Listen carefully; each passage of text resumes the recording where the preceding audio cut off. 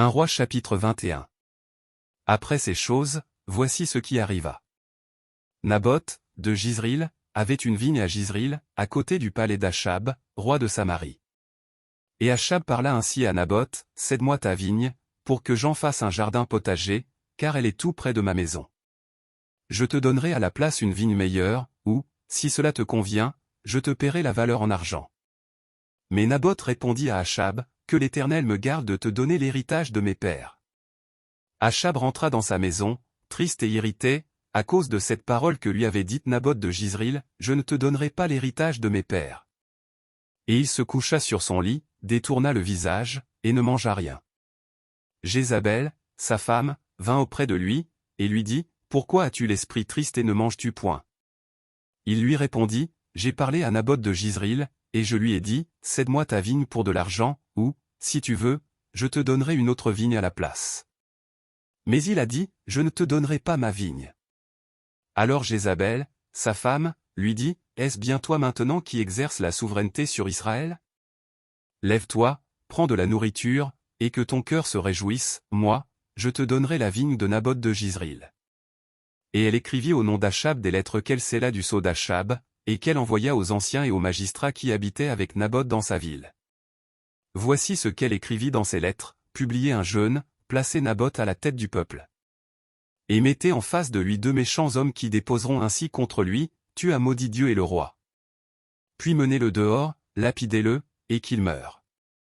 Les gens de la ville de Naboth, les anciens et les magistrats qui habitaient dans la ville, agirent comme Jézabel le leur avait fait dire, d'après ce qui était écrit dans les lettres qu'elle leur avait envoyées.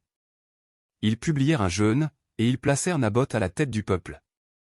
Les 2 méchants hommes vinrent se mettre en face de lui, et ces méchants hommes déposèrent ainsi devant le peuple contre Naboth, « Naboth a maudit Dieu et le roi. » Puis ils le menèrent hors de la ville, ils le lapidèrent, et il mourut. Et ils envoyèrent dire à Jézabel, « Naboth a été lapidé, et il est mort. » Lorsque Jézabel apprit que Naboth avait été lapidé et qu'il était mort, elle dit à Achab, « Lève-toi, prends possession de la vigne de Naboth de Jizril, qui a refusé de te la céder pour de l'argent, car Naboth n'est plus en vie, il est mort. » Achab, entendant que Naboth était mort, se leva pour descendre à la vigne de Naboth de Jizril, afin d'en prendre possession. Alors la parole de l'Éternel fut adressée à Élie, le Tishbite, en ces mots. « Lève-toi, descends au-devant d'Achab, roi d'Israël à Samarie, le voilà dans la vigne de Naboth, où il est descendu pour en prendre possession. Tu lui diras, ainsi parle l'Éternel, n'es-tu pas un assassin et un voleur?